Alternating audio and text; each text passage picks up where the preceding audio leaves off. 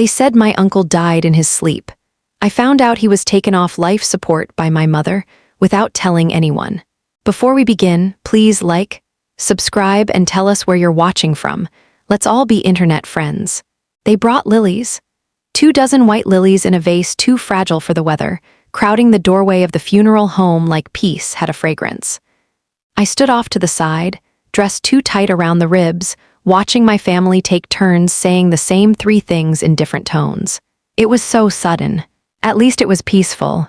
He didn't suffer. They believed it, all of them, eyes damp, voices hushed. People who hadn't called him in months now clutching tissues like they were owed grief. My cousin Mara cried loudest. She'd posted a photo montage that morning with the caption "Rest easy, Uncle Robert," and a string of heart emojis. She hugged me like we were the last 2 survivors of something sacred. "God," she whispered. "I still can't believe it." I said nothing. I looked at the urn on the velvet-draped table. The photo beside it, Robert, younger, in a baseball cap, mid-laugh. My uncle wasn't photogenic. That one must have been pure luck or timing. People kept arriving. Neighbors, church friends, old coworkers. They came in waves, hugging, whispering, sniffing like grief had a scent they were trying to identify. I moved through the room like furniture. Hugs landed and passed through me. Everyone said he'd gone in his sleep. Everyone looked at me like I was supposed to be reassured by that. He died on a Tuesday. By Friday, we had a laminated program with his birth and death dates in gold script and a quote underneath about rest and heaven. The font was too soft. Robert hated soft things. He was sharp, not cruel, just unapologetic. He didn't like being pitied, didn't like being told how to feel. He once told me, "If I'm going to die, I want it to be on my terms." That stuck with me, always had. It felt wrong then to stand here listening to everyone talk about how peaceful it was, how he'd slipped away in his bed, hands folded, no pain. There had been no phone call from the hospital, no midnight rush, just a group text from my mother. "Robert passed early this morning, in his sleep. Arrangements forthcoming." I reread it twice when it came in, tried to picture her typing that while holding the weight of losing her brother. It had too many periods, too little emotion. People took turns approaching her at the front of the room. She received condolences like a politician. Polite, controlled. Her hand rested gently on the urn, her nails freshly done. Margaret Thompson didn't cry, not once. She said things like, "He's at peace now, and we were lucky to have him as long as we did." People nodded. They liked when she said things like that. It made the grief easier to swallow. But I watched her face when no one else did. Not her words, her eyes, and something in them didn't match.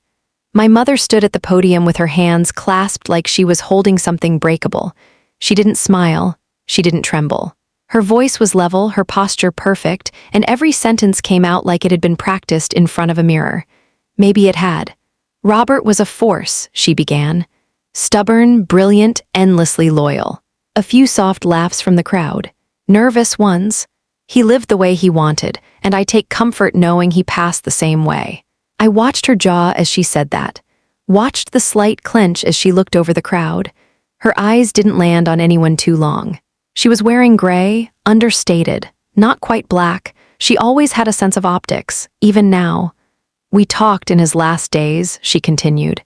"He said he wasn't afraid. That's who he was, fearless, even in the face of the end. He wanted peace, not prolonging." That line caught me. It wasn't what she said. It was the way she said it, like it was a quote, a prepared defense, like she was planting an idea for everyone to walk away with. I glanced around the room. People nodded solemnly, hands over hearts, lips pressed tight. No one questioned it. Why would they? It was easier this way, cleaner.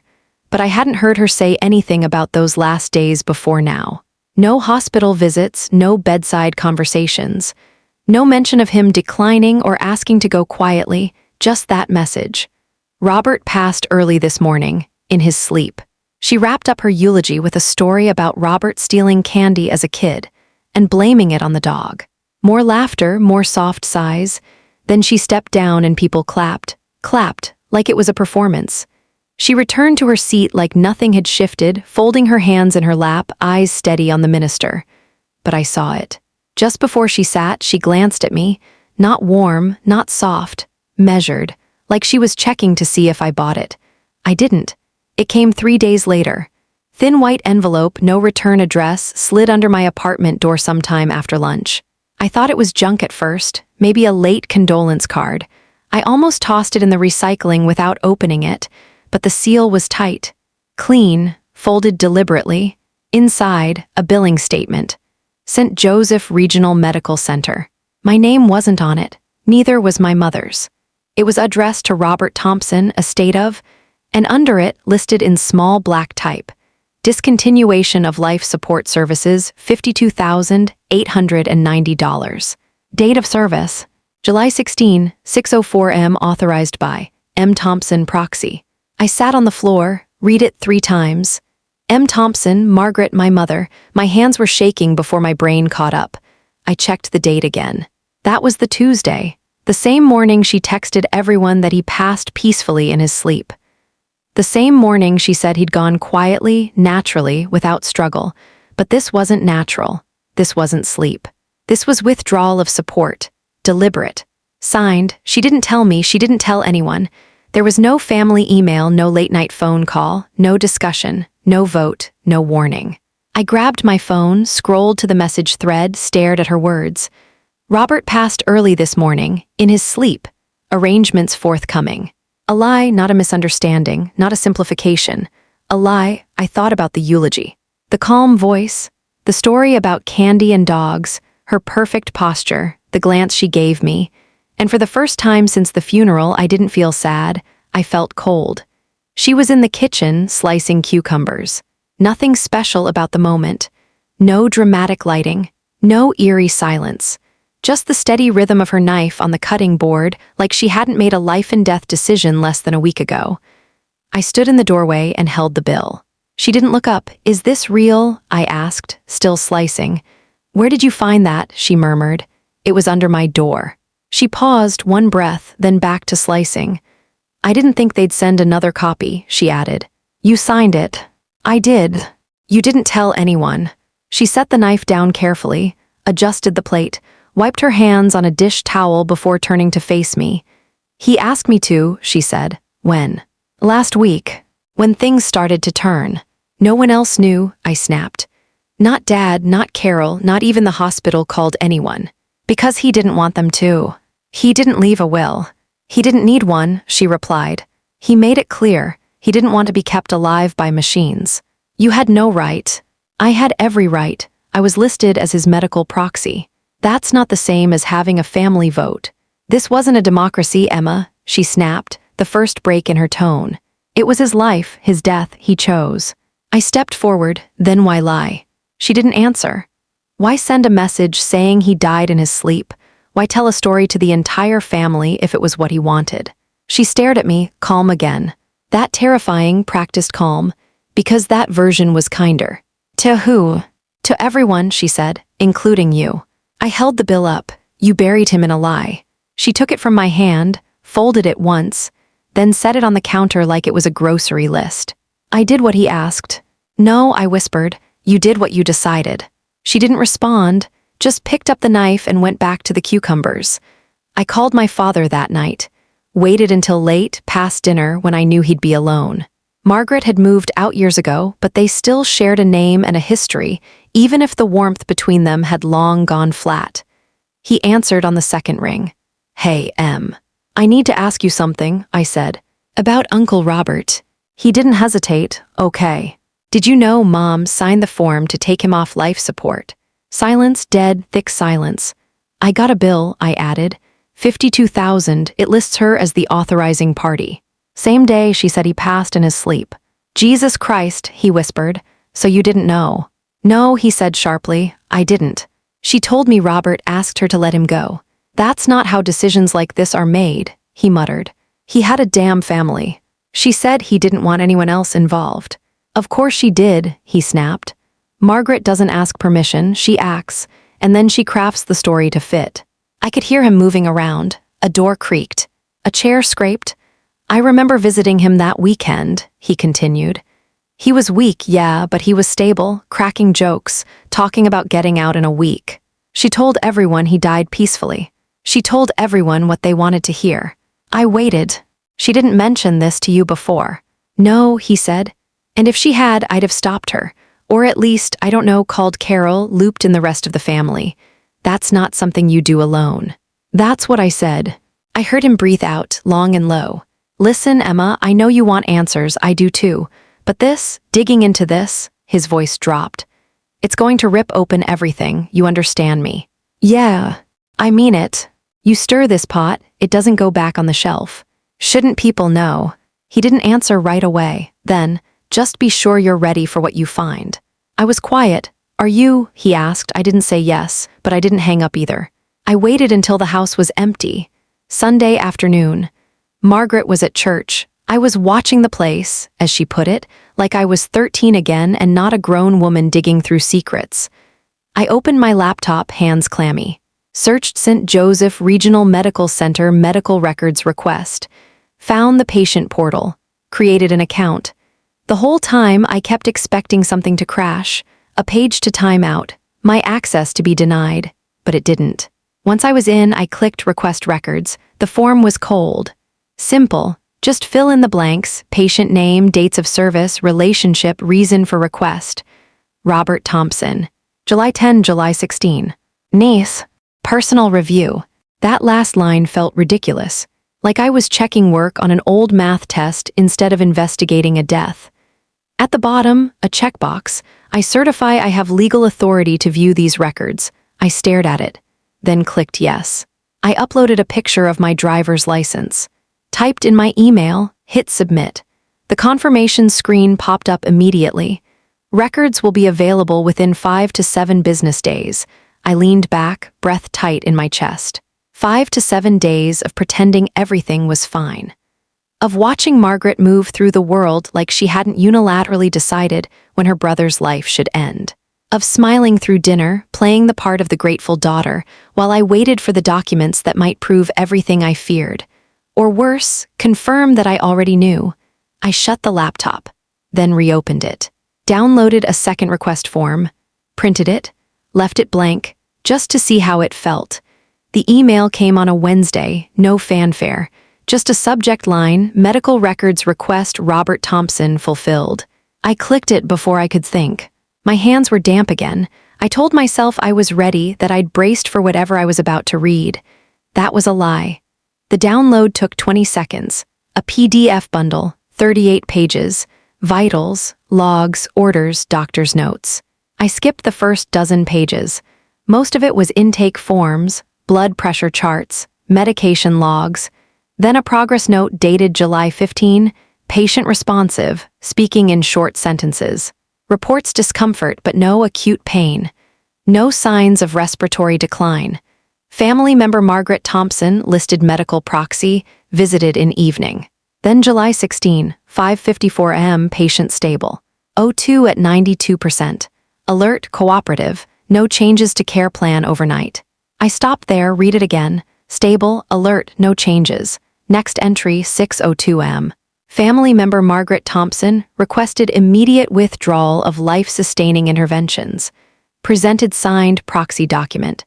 Instructed staff to proceed per patient's alleged verbal request. Alleged. That word glared up at me from the page.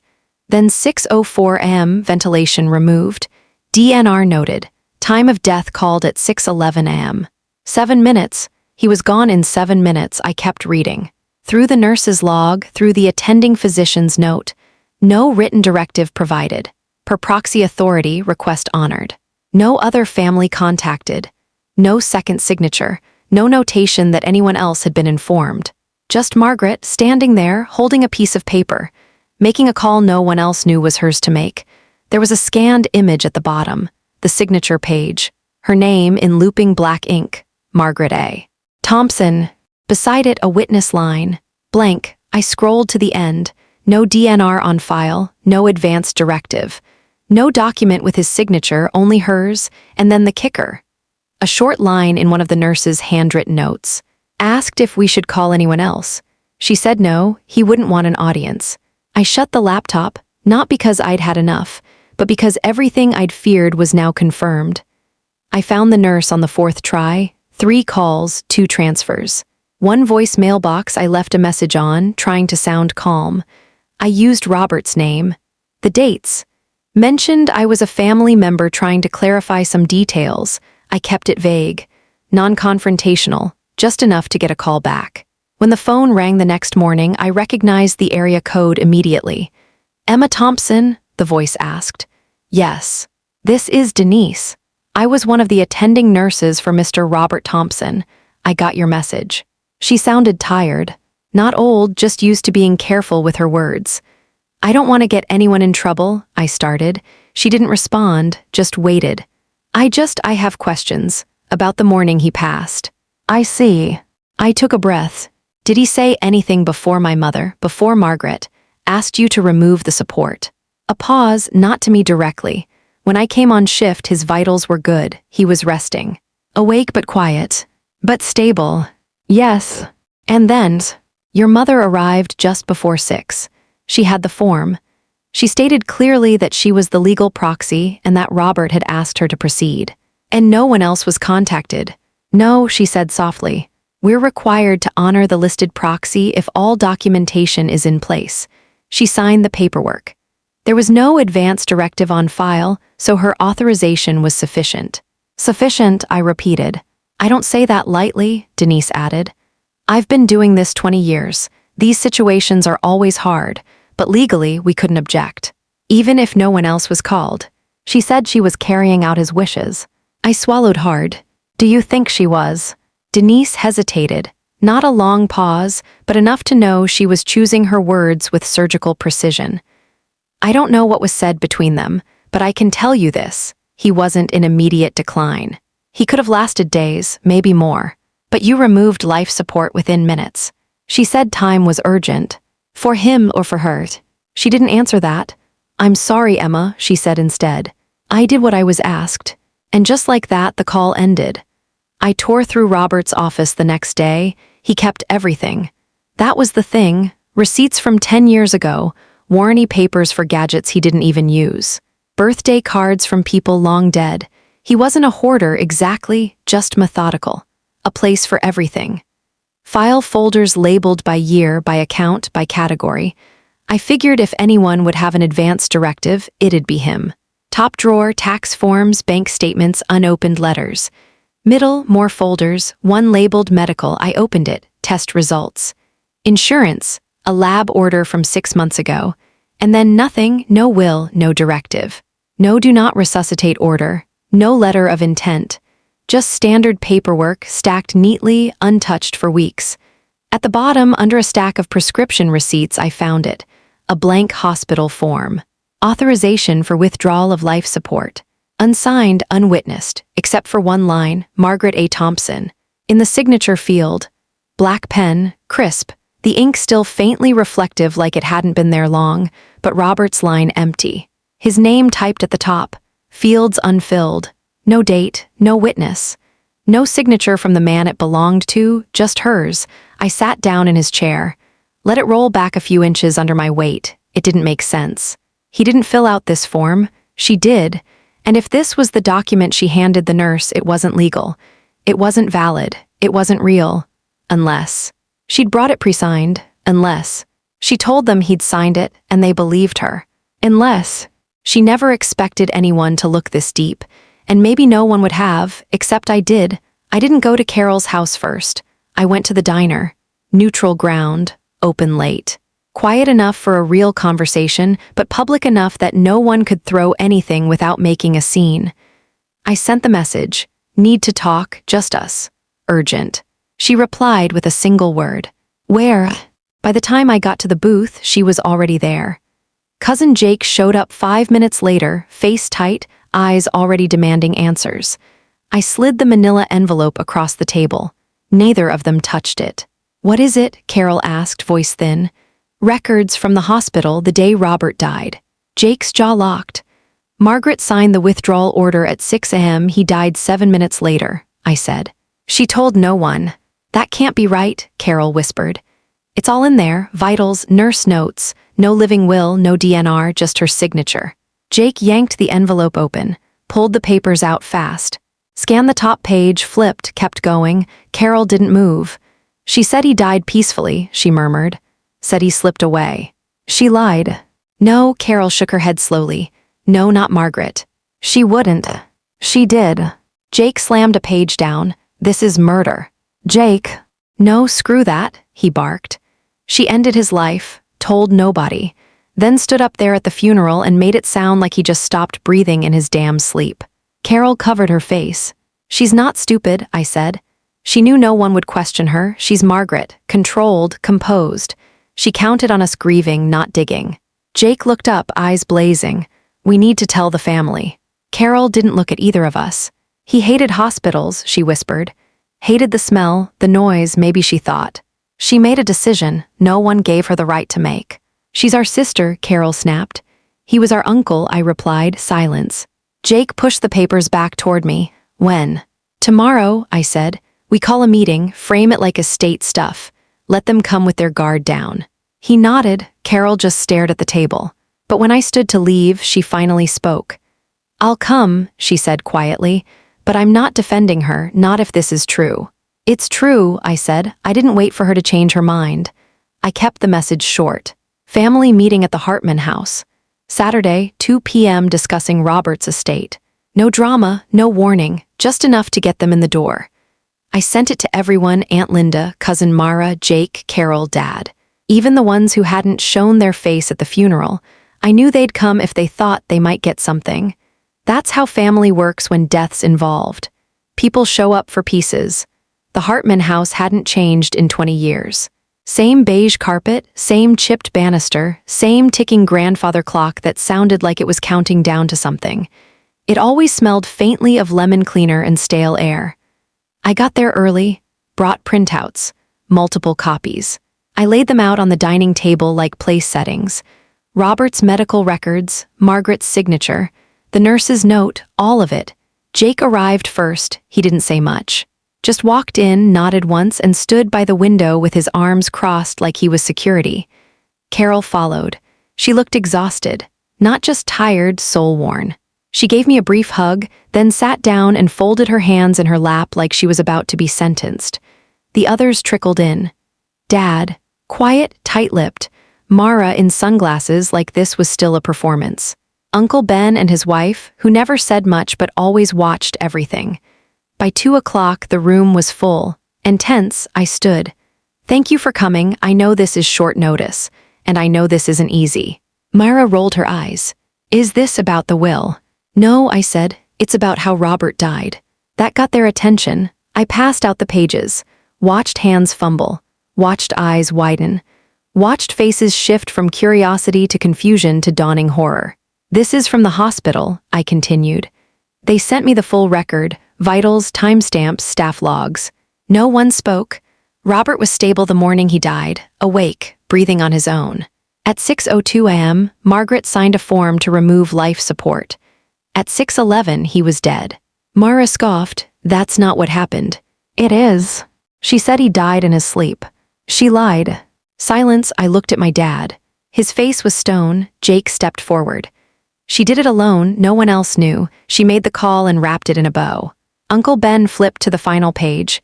This is real. It's from the hospital portal, I said. Direct records. Not a screenshot, not a copy. Carol cleared her throat. Barely. She told me he asked her to do it, that he wanted peace. But she never said it happened that fast. Did you know he was still alert? I asked. Carol didn't answer. The room felt like it had lost all its air. Then the front door opened. Margaret walked in, late, of course. She closed the door quietly behind her. No coat, no purse. Just a folder tucked under one arm and that same unreadable expression she wore at the funeral, calm, immaculate, above reproach. She nodded toward the room like she was walking into a PTA meeting, not a reckoning. Apologies for being late, she said, her voice measured. Traffic on 5th. No one moved. She looked around the table, eyes grazing over each face with just enough pause to feel intentional. A quiet survey. A silent roll call of loyalties. Her gaze landed on the papers. The records. My stack fanned out in front of every relative like a test no one studied for. She didn't flinch. Jake didn't wait. You want to explain this? Margaret set the folder down, unsnapped it. pulled out a single photograph and placed it face up on the table. It was Robert, smiling, seated in a wheelchair, eyes sunken but sharp, mouth curved in that wry way he had when he thought something was too stupid to say out loud. The hospital bracelet still on his wrist. No date, no caption, just him alive, unhooked. "He told me the night before," Margaret said softly. "He said, 'I'm done.'" "That's not in the records," I replied. "He didn't write it down.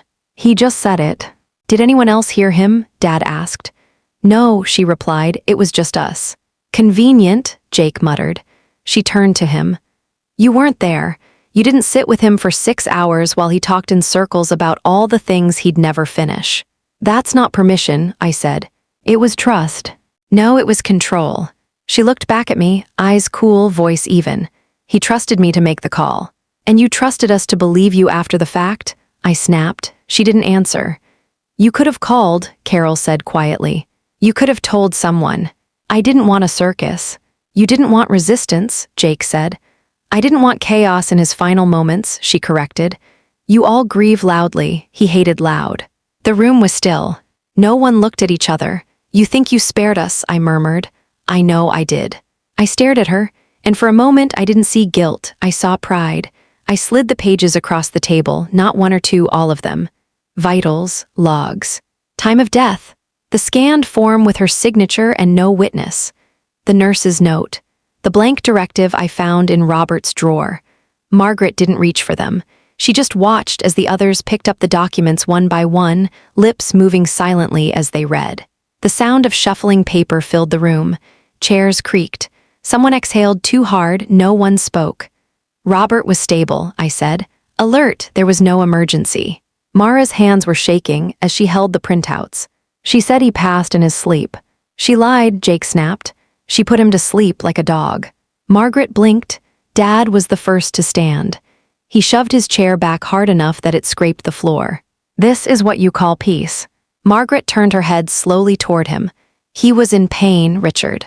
"You ended his life," he shouted. "No," she said calmly. "I honored his request." "You did it alone." Her mouth twitched. Not quite a smile, something else. Resignation. "There was no time," she said. "There were 7 minutes," I snapped.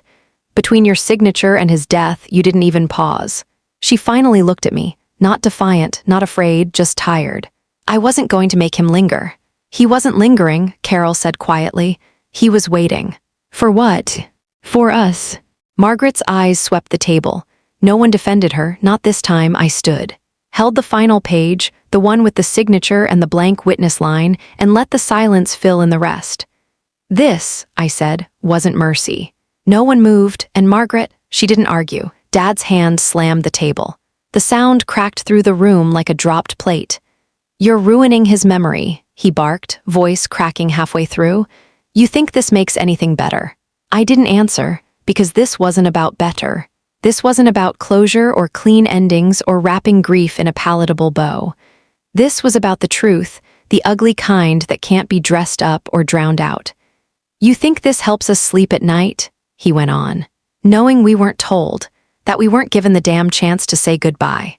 Margaret stayed seated, back straight, not defensive, just immovable. "It wasn't about you," she said softly. "That's the point," he shouted. "It wasn't about you either." Jake stood now too, fists clenched at his sides. "You made yourself judge and executioner." Margaret didn't flinch. "He asked me to." "Where's the proof?" he snapped. "There is none." "Because it was between us." "You mean the part where he was stable and conscious, and you decided to take that from him." She turned to him slowly. "You didn't see him that night. You didn't hear what he said." "And none of it was worth recording?" I asked. "No witness, no notes, just your word." Dad's chest was heaving. I'd never seen him look so betrayed. Not even during the divorce. Not even when Robert first went into the hospital. He looked at Margaret like he didn't recognize her anymore. "You could have told me," he muttered. "I'm your ex-husband, not a stranger. I didn't want to pull you into it." "No," he said, stepping back. "You didn't want anyone slowing you down." He walked out before anyone could stop him, just like that. No coat, no keys, just gone. Carol stood up next, slower. She didn't look at anyone. Just touched her hand lightly to the table and followed him out.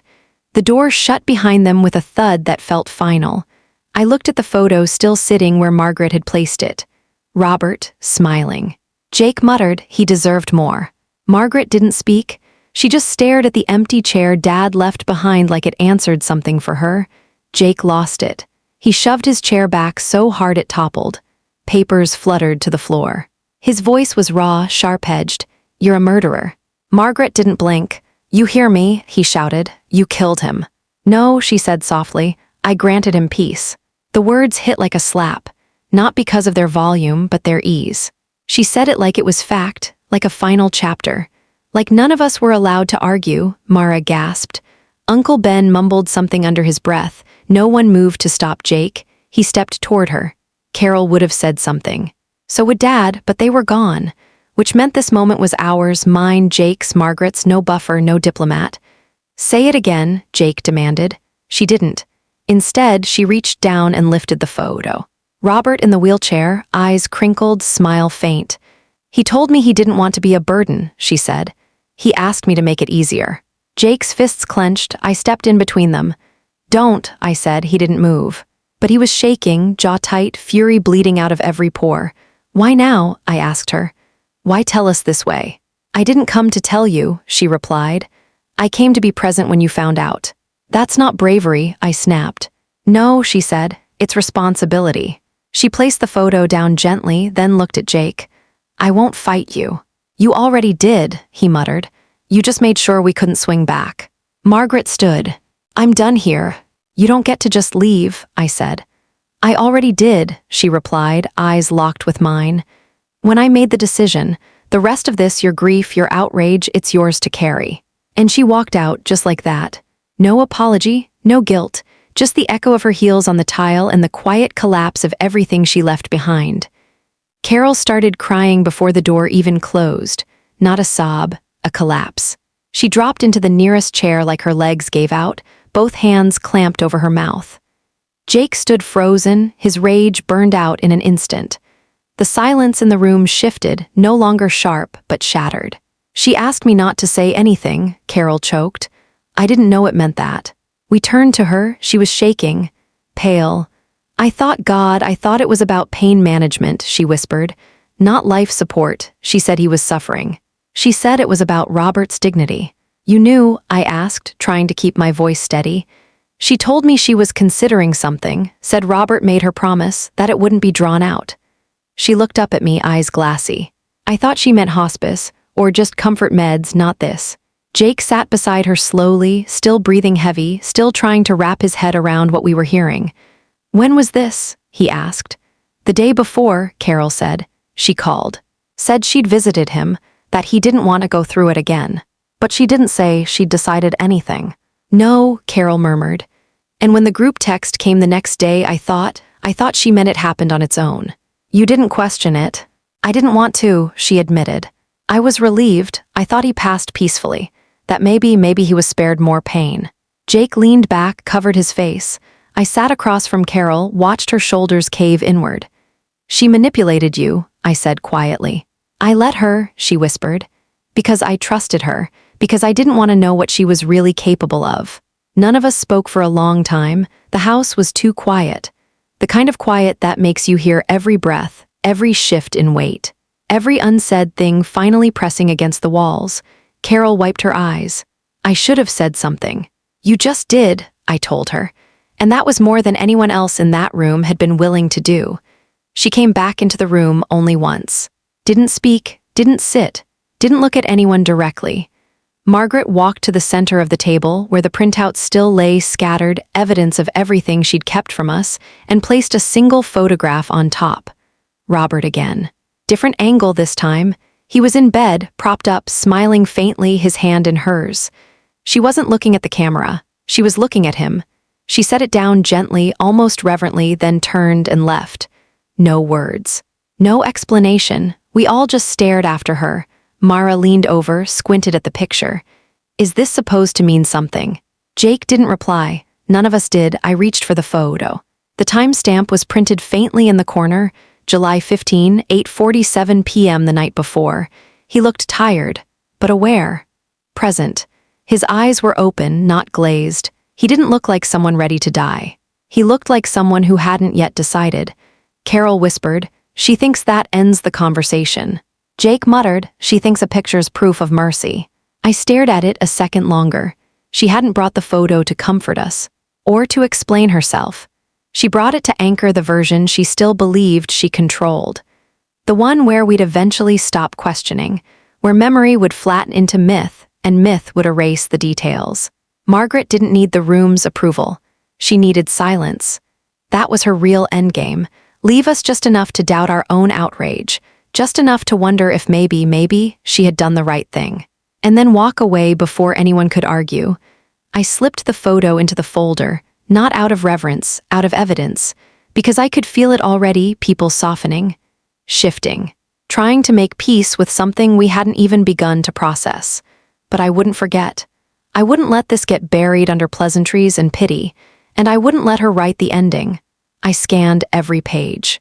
All of it, the hospital logs, the nurse notes, the unfiled directive, the photo timestamps.